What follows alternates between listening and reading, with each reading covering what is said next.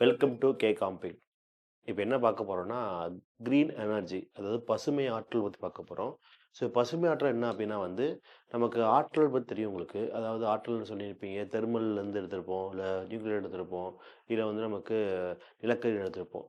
ஆனா பசுமை ஆற்றல்னா வந்து ஒரு இயற்கையினாலே, அதாவது புதுப்பிக்கத்தக்க ஆற்றல் எல்லாமே பசுமைன்னு சொல்லுவாங்க. ஒரு இயற்கையினாலே வரக்கூடிய ஒரு அல்டர்னேட்டிவ் எனர்ஜி தான் பசுமை ஆற்றல். இப்போ சோலார், விண்டு, அப்புறம் நமக்கு வந்து ஹைட்ரோ பவர் இது என்னதுன்னா பசுமை ஆற்றல் சொல்லுவாங்க.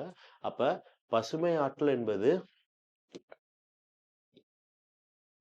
பசுமை ஆற்றல் என்பது புதுப்பிக்கத்தக்க மற்றும் மாசுபடாத மற்றும் நிலையான இயற்கைகள் மூலங்களிலிருந்து உருவாக்கப்படும் ஆற்றல் ஆகும். அப்போ green energy refer to energy generated from the natural sources that renewable and non-polluted or sustainable. ஓகேவா? And unlike fossil fuel, it does not release harmful greenhouse gases. அப்போ நமக்கு நம்ம பயன்படுத்துகிற புதுப்பிக்க முடியாத ஆற்றல் மாதிரி இது greenhouse கேஸை ரிலீஸ் பண்ணாதுங்கிறாங்க. சரியா? ஸோ இதான் green energy ஒரு விளக்கம். அது அப்போ what are the importance of green energy அப்படின்னு கேட்டிங்கன்னா வந்து green energy is ritual for reducing environmental damages ensure the energy security. சுற்றுச்சூழல் சேதத்தை குறைப்பதற்கும் ஆற்றல் பாதுகாப்பை உறுதி செய்வதற்கும் பசுமை ஆற்றல் மிக முக்கியத்துவம் வாய்ந்தது. இது இயற்கை வளங்களை பாதுகாப்பதன் மூலமாக நிலையான வளர்ச்சியை அதிகரிக்கிறது. இது supporting sustainable development by the protecting the natural resources. அப்போ இயற்கை வளங்களை வந்து இது பாதுகாக்குன்னு சொல்லி குறிப்பிடுறாங்க. ஓகேவா? சரி. What are the key features of the green energy பார்த்தீங்கன்னா, ஸோ பசுமை ஆற்றல் பார்த்தீங்கன்னா சொன்ன மாதிரி ஒரு புதுப்பிக்கத்தக்க ஆற்றல் தான் எப்பவுமே இருக்கும். ஸோ இது also is renewable energy, clean energy, sustainable energy. What is renewable எனர்ஜினா வந்து புதுப்பிக்க முடியாத ஆற்றல். சரியா? வாட் இஸ் கிளீன் எனர்ஜினா வந்து அதாவது இப்போ நமக்கு கிரீன் எனர்ஜியுமே பார்த்தீங்கன்னாங்க, நீங்க கிரீன் எனர்ஜிஸ் வந்து இது வந்து முழுக்க முழுக்க ஒரு எக்கோ ஃப்ரெண்ட்லி கிடையாது. ஒரு மோட்டார் வாகனம், ஒரு இ இ வெஹிக்கிள் சரியா? இப்போ இந்த 2 வாகனத்தையும் ப்ரொடியூஸ் பண்ற முறை ஒண்ணு தான். அதே மாரி தான் இரும்பு, தாது அத எடுப்பாங்க. ஆனா, அது சாலைக்கு வரும்போது பார்த்தீங்கன்னா, மோட்டார் வாகனத்தில வந்து பெட்ரோல் போடுவோம், டீசல் போடுவோம் சரியா? ஆனா, இதில வந்து மின்சாரம் மட்டும் தான். அப்போ ஆனா இதில எதுல வந்து ரொம்ப பொல்யூஷன் ஏற்படும்னா வந்து மின்சார வாகனம் சாதாரண பெட்ரோல் வாகனத்தில தான். அப்ப அது மாரி அதனால தான் இதுக்கு பேர் என்ன சொல்லுவாங்க கிரீன் சொல்லுவாங்க. ஆனா கிளீன்னா அப்படி எதுவுமே அந்த ஆற்றல்னால எந்த பாதிப்பும் ஏற்படாது. எக்ஸாம்பிள் சூரிய ஆற்றலும், விண்டு காற்றாலைகளும் ஒரு கிளீன் எனர்ஜில வரும் சரியா? சஸ்டெய்னபிள்னா 2ம் கலந்தது. அப்ப இப்ப நமக்கு பார்த்தீங்கன்னா ஹைபிரிட் சொல்லுவாங்க. ஹைபிரிட்னா இப்ப பெட்ரோல்லயே ஓடும், எலக்ட்ரிக்லயே ஓடும். ஸோ அந்த மாரி ஹைபிரிட் கால்ட் சஸ்டெய்னபிள் ஓகேவா? It has low carbon footprints and allow the decentralized of the energy generation. அப்ப இது கார்பன் பயன்பாட்டை குறைக்குதுன்னு சொல்லி நமக்கு குறிப்பிடுறாங்க. அதுல முதல் ஆற்றல் சூரிய ஆற்றல். நம்ம ஆல்ரெடி பார்த்திருக்கிறத பத்திலாம் திருப்பி சொல்றேன். சூரிய ஆற்றல் வந்து என்ன அப்படின்னா, சூரிய சக்தியின் பேனல் அல்லது சூரிய வெப்பங்களை அது பயன்படுத்தி சூரிய ஒளியிலிருந்து மின்சாரத்தை மாற்றுகிறது. இது ஏராளமான வீடுகளில் மற்றும் தொழிற்சாலைகளில் பயன்படுத்துகிறாங்க. இது ஆக்சுவலா பார்த்தீங்கன்னா, சூரிய ஆற்றல் அதிகமா உற்பத்தி பண்ற மாநிலம் யாருன்னா ராஜஸ்தான். நம்ம இது முன்னாடியே பார்த்துருக்கோம். ஞாபகம் வச்சுக்கோங்க திருப்பி. சூரிய ஆற்றலில் அதிகமாக உற்பத்தி மாநிலம் யாருன்னா ராஜஸ்தான். ஓகே இது சூரிய ஆற்றல். அடுத்து காற்றாலைகள். காற்றாலை தெரியும் உங்களுக்கு. இது one of the clean energy. சூரிய ஆற்றல் இது என்னது ஒரு கிளீன் எனர்ஜின்னு சொல்லுவோம். So wind turbine use to natural flow of air spinning in the blade and generating energy. அப்போ அந்த காற்றாலைகளுடைய இந்த விண்மில்ஸ் என்ன பண்ணுது, அந்த காற்றின் திசைகளை சுற்றி அந்த டர்பைன் ஓடி மின்சாரம் ப்ரொடியூஸ் பண்ணுது சரியா? அப்போ இது wind energy is cost effect இருக்கிற ரொம்ப cheapest energy with strong wind potential. அந்த காற்றை பொறுத்தா இருக்கு. தமிழ்நாட்டில் வந்து கன்னியாகுமரியில் ஆரவாய்மொழி தான் இந்தியாவுடைய மிகப்பெரிய காற்றாலை நிலையம் ஒன்று அமைஞ்சிருக்கு. அடுத்தது ஹைட்ரோ பவர் ஸ்டேஷன். அதாவது நமக்கு இந்த இந்த படத்தை பார்த்தீங்கன்னா உங்களுக்கு இந்த டேம் இருக்குல்ல, ஸோ டேமில் தண்ணியின் வேகத்தை வச்சு அந்த மின்சாரம் எடுக்கிறது பேர் தான் ஹைட்ரோ பவர்னு சொல்லுவாங்க. Hydro power use to flow of the falling of water from the when the dam drive a turbine and produce electricity. It's the oldest and most reliable source of renewable energy. So இது பழமையான முறை தான் மின்சாரம் எடுப்பதில். இது பார்த்தீங்கன்னா ஹிமாச்சல் பகுதியில் இது அதிகமாக இந்த பாக்ரானங்கள் அணையில் இந்த டர்பைன் யூஸ் பண்ணுறாங்க ஓகேவா? ஸோ இது நமக்கு ஆல்ரெடி பார்த்துருக்கோம். ஓகே. அடுத்து பயோமேஸ். பயோமேஸ் என்ன அர்த்தம்னா வந்து இந்த கழிவுகள் மனித கழிவு, விலங்குகள் கழிவெல்லாம் போட்டு அதை மக்க வச்சு அதுலேருந்து வீட்டுக்கு தேவையான இயற்கை வாயுகள் எடுக்கிறது தான் பயோமாஸ் எனர்ஜின்னு சொல்லுவாங்க. Produce by burning and fermentating of organic waste like crop இது வந்து இந்த கழிவுகள்னா அது தாவர கழிவுகளையும் பயன்படுத்துவாங்க. ஓகே. இது provide both heat and biogas to the rural communities. சரியா? ரைட். அப்போ இது ஒரு முக்கியமான ஒரு வகை. அடுத்து ஜியோ தெர்மல். ஜியோ தெர்மல் ஒன்றும் இல்லைங்க. பூமிக்கு அடியில் துளையிட்டு அந்த பூமியில் இருந்த வெப்பத்தினால அவங்க ஆற்றல் உற்பத்தி பண்ணுறாங்க. அது பூமிக்கு அடியில் துளையிட்டு இந்த பிக்சரை பார்த்துட்டு உங்களுக்கு பூமிக்கு அடியில் துளையிட்டு இருப்பாங்க. அந்த துளையில் வரக்கூடிய வெப்பத்தினால அவங்க ஆற்றல் உற்பத்தி பண்ணுறது பேர் தான் ஜியோ தெர்மல் சொல்லுவாங்க. அப்போ Jio thermal is heat from the earth crust for the electricity generating and heating. It is renewable and available round of the clock in geothermal religious.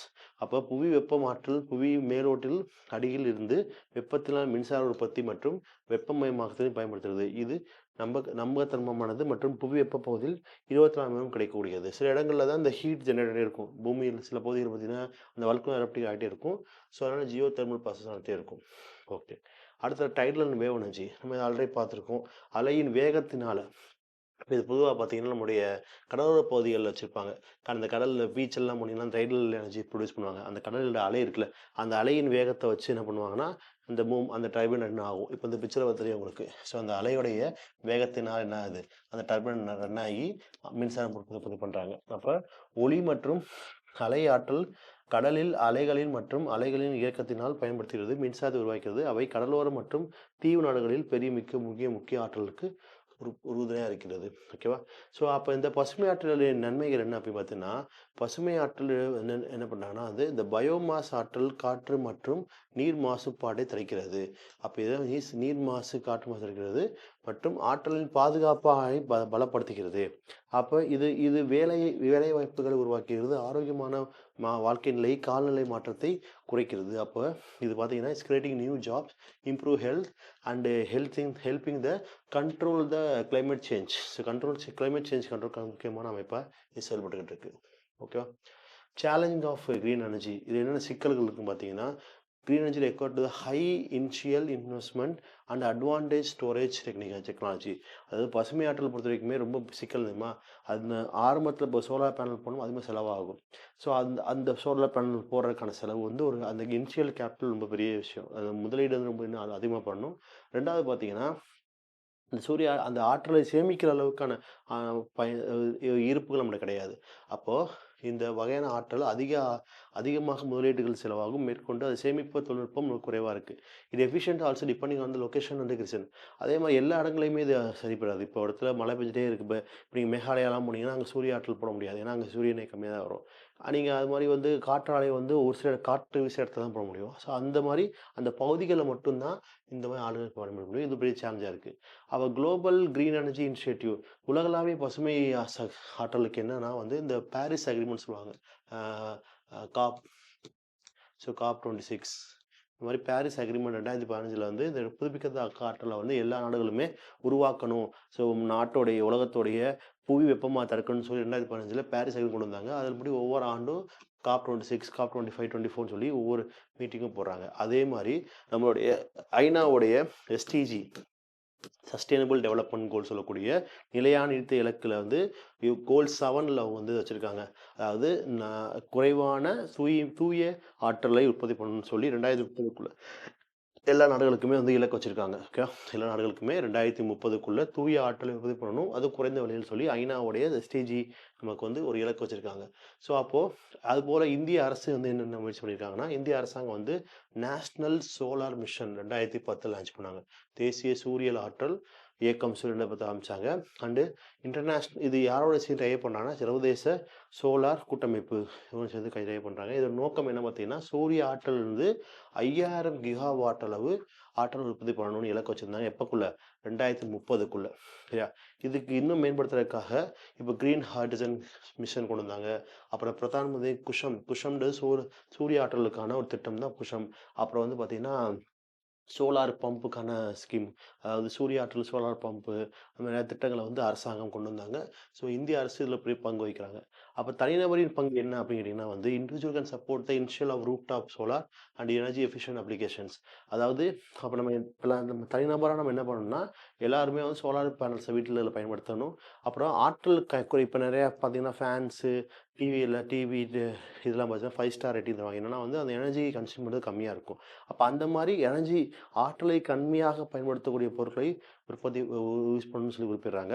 Reducing the personal energy uses in professional public transport of EV also help.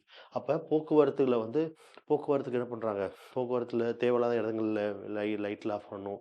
அப்புறம் வந்து வாகனங்களை வந்து மின்சார வாகன பயன்பாட்டை வந்து அதிகப்படுத்தணும்னு சொல்லி குறிப்பிடுறாங்க. ஸோ இதெல்லாம் தனிநபருடைய பங்குன்னு குறிப்பிடுறாங்க. And towards green tomorrow towards greener tomorrow, பசுமை நாளை நோக்கி. ஸோ பசுமை நாளை நோக்கின்ற ஒரு இனிஷியேட்டிவ் இப்போ அது இந்திய அரசு எடுத்திருக்கு இந்த கிரீன் ஹைட்ரஜன் மிஷன் மூலமாக. அதாவது green energy ensure a sustainable future by reducing environmental damage and energy insecurity. Each step towards renewable energy strengthen the climate protection and global wellbeing. அதாவது என்ன சொல்கிறாங்கன்னா, சுற்றுச்சூழல் சேதம் மற்றும் எரிசக்தி பாதுகாப்பின்மையை குறை குறை குறைப்பதன் மூலமாக பசுமை ஆற்றல் ஒரு நிலையான எதிர்காலத்தை உறுதி செய்கிறது. ஓகேவா? புதுப்பிக்கத்தக்க ஆற்றல் நோக்கி ஒவ்வொரு அடியும் கால்நிலை பாதுகாப்புக்கு மற்றும் உலக நல்வாழ்வை பலப்படுத்துகிறதுன்னு சொல்றாங்க. அப்போ இந்த புதுப்பிக்கத்தக்க ஆற்றல் நமக்கு வந்து எவ்வளவு முக்கியம்னு பார்த்தீங்கன்னா, இதை வந்து நம்ம சரியாக கொண்டு போனோம்னா இந்த கிளைமேட் சேஞ்ச், குளோபல் வார்மிங்கெல்லாம் கண்டிப்பாக கட்டுப்படுத்தலாம்னு சொல்லி இந்த டுவர்ட்ஸ் க்ரீனர் அண்ட் டுமாரோன்ற ஒரு டேர்ம் யூஸ் பண்ணுறாங்க. ஸோ அப்போ இந்த பசுமை ஆற்றல் வந்து நம்முடைய புவியுடைய பருவநிலை மாற்றத்துக்கு குறைப்பதற்கு முக்கியமான காரணமாக இருக்குது. இனி வருங்காலங்களில் பார்த்தீங்கன்னா அனைவருமே வந்து இந்த பசுமை ஆற்றலை நோக்கி தான் இருப்போம் எல்லாருமே. ஸோ இது நோக்கி தான் எல்லா உலகம் ஃபுல்லாக போயிட்டுருக்கு. ஸோ இந்தியா 2030 இலக்கு வச்சுருக்காங்க எஸ்டிஜியில் கோல் 7. ஸோ இந்த பசுமை ஆற்றலை பற்றி எல்லோரும் கண்டிப்பாக பாருங்கள். உங்களுக்கு ரொம்ப யூஸ்ஃபுல்லாக இருக்கும். Thank you all.